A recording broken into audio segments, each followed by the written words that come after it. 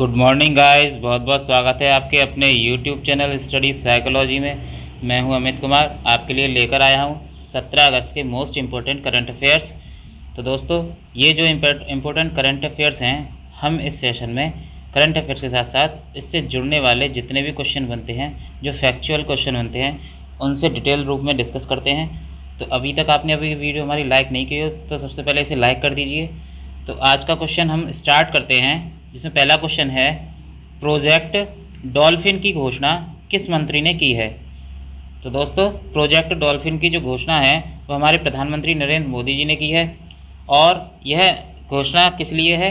तो project dolphin का मतलब है जो हमारे डॉल्फिन है, मछली है, उसके संरक्षण हेतु। किस लिए? उसके संरक्षण हेतु यह प्रोजेक्ट डॉल्फिन चलाया जाएगा।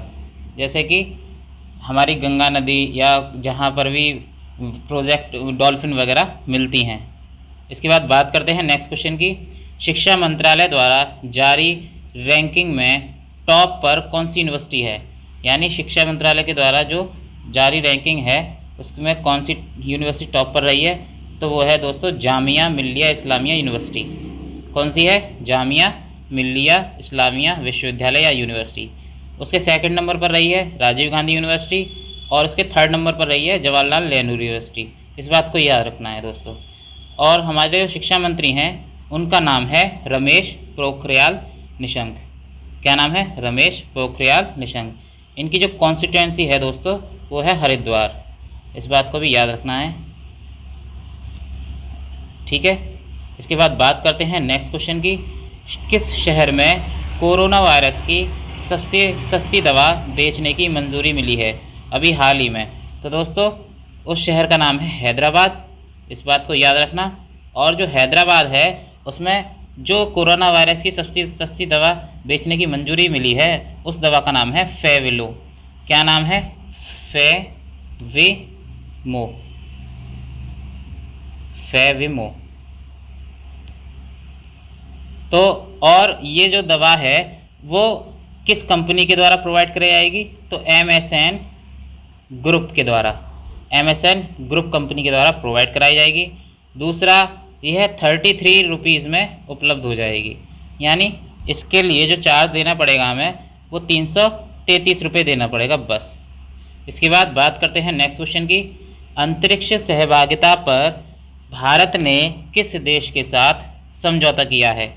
यानी अंतरिक्ष सहभागिता पर भारत ने किस देश के साथ समझौता किया है? तो दोस्तों, उस देश का नाम है नाइजीरिया। इस बात को याद रखना। क्या नाम है? नाइजीरिया। और इसका मतलब क्या है? जो अंतरिक्ष में जितने भी प्रोजेक्ट वगैरह होंगे नाइजीरिया और भारत के बीच, वो उसके लिए हमारा एक समझौता स्थापित हुआ है, ठीक है। और नाइजीरिया की जो राजधानी है दोस्तों वो है अबूजा, और उसकी करेंसी है नाइजीरियन नायरा, जैसा कि आपको दिख रहा होगा, नाइजीरियन नायरा। और प्रेसिडेंट हैं यहाँ के मोहम्मद बुहारी। क्या नाम है? मोहम्मद बुहारी। ये सारे याद रखने हैं आपको।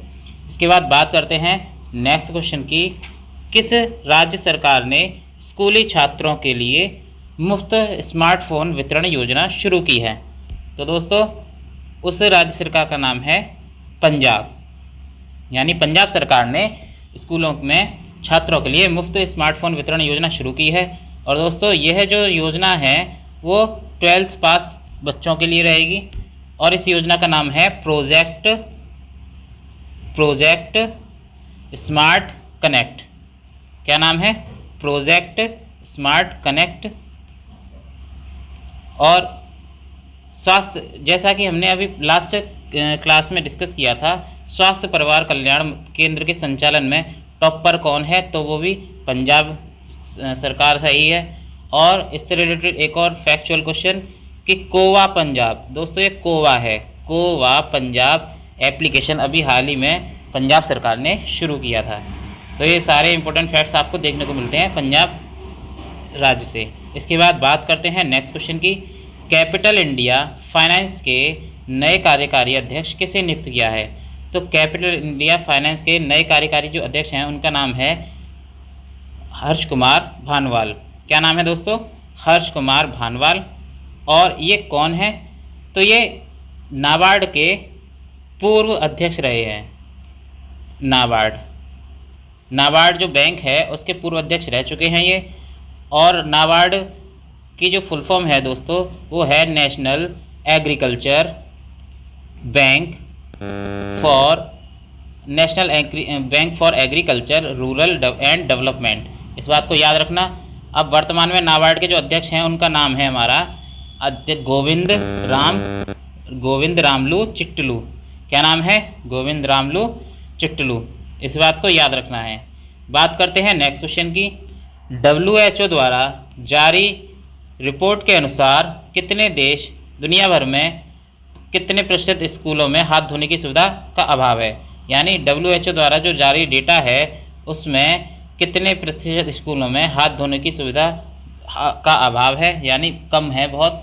तो लगभग 43%।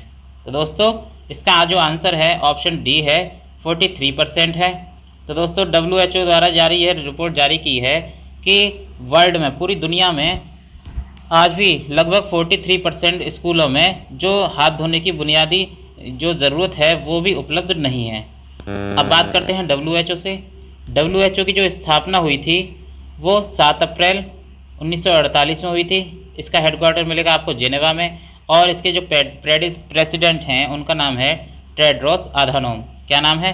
टेड्रोस आधानोम। एग्जाम में पूछा जाता है, बात को याद रखना है। बात करते हैं नेक्स्ट क्वेश्चन की। किस बैंक ने KCC समीक्षा विकल्प पेश किया है?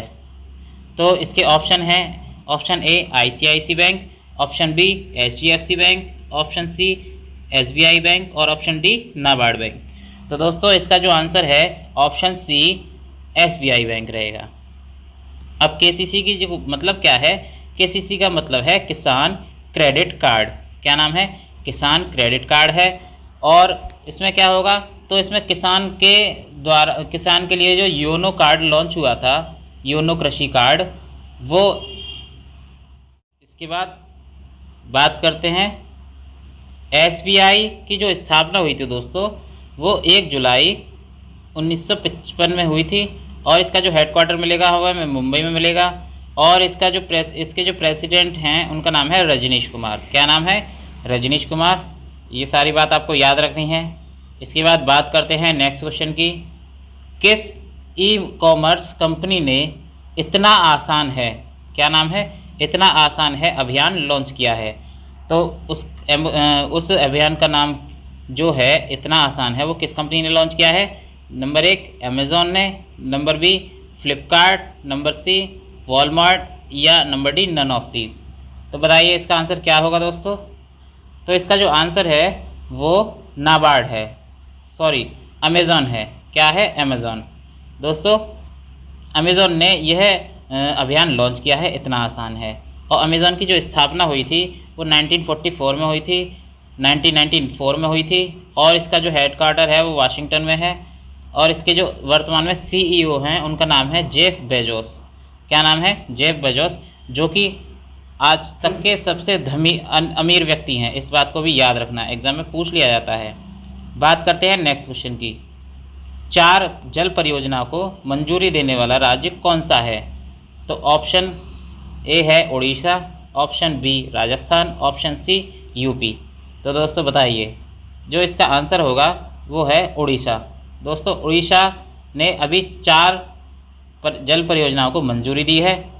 अब उड़ीसा से कुछ इंपॉर्टेंट फैक्ट्स देखते हैं हम लोग। उड़ीसा में उत्कल दिवस, यानी उड़ीसा का पूर्व नाम क्या है? उत्कल या कलिंग भी कहते थे, याद रखना। कलिंग भी उड़ीसा का नाम हमें मिलता है पुराने ज़माने में। और उत्कल दिवस 1 अप्रैल को मनाया जाता है। उड़ीसा में कौन कौन सी पहल शुरू की गई हैं? तो आइए देखते हैं। बलराम योजना शुरू हुई है। दूसरा सबूत साथी योजना। ये दोनों दोस्तों रोज़गार से संबंधित हैं। वहाँ के जो, जैसा कि आपको पता है कोरोना काल में बहुत सारे लोगों का रोज़गार छिन गया है, तो यह योजना रोज़गार से संबंधित है। दूसरा उड़ीसा, यह योजना जो है वो पर्यावरण से संबंधित है। इसके बाद मो जीवन और मो प्रतिभा पहल भी शुरू हुई है। और दोस्तों उड़ीसा के जो वर्तमान में CM हैं, जैसा कि आपको पता है मैं कई बार रिवाइज करा चुका हूँ, नवीन पटनायक हैं। नवीन पटनायक, जिनको अभी हाल ही में पेटा अवार्ड दिया गया है, animal for hero to PETA award, जो कि जानवरों के हित के लिए काम करती है। और यहाँ के जो गवर्नर हैं उनका नाम है गणेशी लाल, ये भी मैं कई बार बता चुका हूँ, गणेशी लाल। इसके बाद बात करते हैं यहाँ के जो चीफ जस्टिस हैं उनका नाम है मोहम्मद रफ़ीक। और यहाँ पर कौन कौन से टाइगर रिजर्व वगैरह देखने को मिलते हैं, तो सबसे पहला सतकोसिया टाइगर रिजर्व, दूसरा सिमलीपाल नेशनल पार्क और तीसरा गहरनेट वाइल्ड लाइफ सेंचुरी। ये इंपॉर्टेंट है, तीनों एग्ज़ाम में कई बार पूछे गए हैं। और दोस्तों यहाँ पर एक चैत्र चात्रा महोत्सव भी मनाया जाता है, चैत्र चात्रा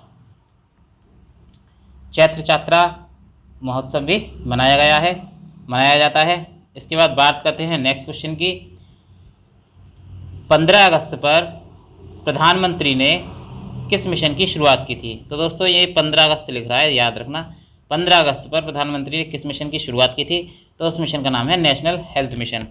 क्या नाम है? National health mission. इसमें क्या होगा दोस्तों, जो भारतीय नागरिक हैं उनको एक यूनिक आईडी दी जाएगी, यूआईडी दी जाएगी, एक यूनिक आईडी दी जाएगी, जिसमें क्या होगा कि उनके जो जितनी भी जो बीमारी वगैरह हैं और उसमें जो उनके जो टेस्ट वगैरह हैं वो सारा उसका डेटा लेखा जोखा उस आईडी के थ्रू रखा जाएगा। और इसमें क्या होगा, यह जो योजना है, यह मिशन है, वो किसके अंतर्गत शुरू हुई है? तो आपने सुना होगा आयुष्मान भारत योजना थी एक, उसके द्वारा शुरू हुई है। जो यह आयुष्मान भारत स्कीम जो थी वो 25 सितंबर 2018 से शुरू हुई थी। कहाँ से हुई थी? ये झारखंड से, इस बात को भी याद रखना, झारखंड से शुरू हुई थी। और इसी योजना के तहत नेशनल हेल्थ मिशन का अभी हाल ही में प्रधानमंत्री ने 15 अगस्त से शुरुआत की है, इस बात को याद रखना है। बात करते हैं हम नेक्स्ट क्वेश्चन की। ई बाइक गो ने अपना ब्रांड एम्बेसडर किसे नियुक्त बनाया है?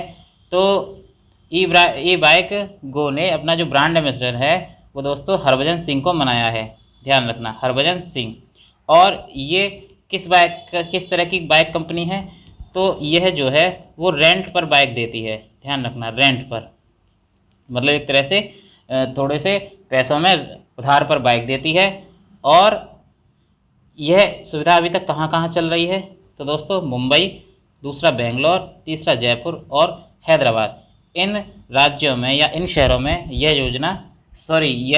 बाइक की जो स्कीम है वो चल रही है। बात करते हैं नेक्स्ट क्वेश्चन की। कोरोना के अब तक काल नामक किस पुस्तक लिखी है? यानी कोरोना पर दोस्तों ये थोड़ा सा मिसप्रिंट हो गया है, कोरोना कविता काल नामक पुस्तक लिखी है। यानी दोस्तों इसका क्वेश्चन ये है, कोरोना काल